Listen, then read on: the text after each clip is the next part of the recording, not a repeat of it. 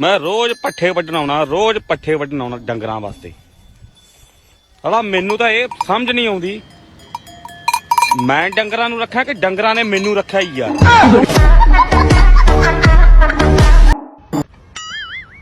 यार मैं राती पिज्जा खादा पर सेल्फी बनाना भूल गया यार। ओ यार मैं खादा यार, क्यों नहीं मंदे में यार, कसमे में यार खादा यार मैं ओ हेलो ओए सुत्ता पिया हुन की चलदा पे तेरे गवांडन नाल ओ नीचे लड़ी जांदी है अपने घर वाले नाल, कहंदी ऊपर वाला देख लेगा।